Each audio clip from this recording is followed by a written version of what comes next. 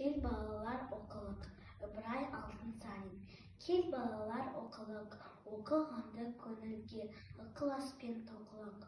Оқысаңдар балалар, шамнан шырақ жағылар, іздеген алдында іздемей-ақ табылар. Кел балалар оқылық, оқығанды көңілге, ықыласпен тоқылық.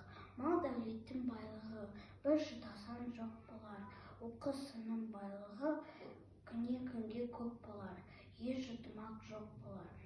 Сиса көйлек үстінде тоқу менен табылған, сауысқанның тамағы шоқу менен табылған.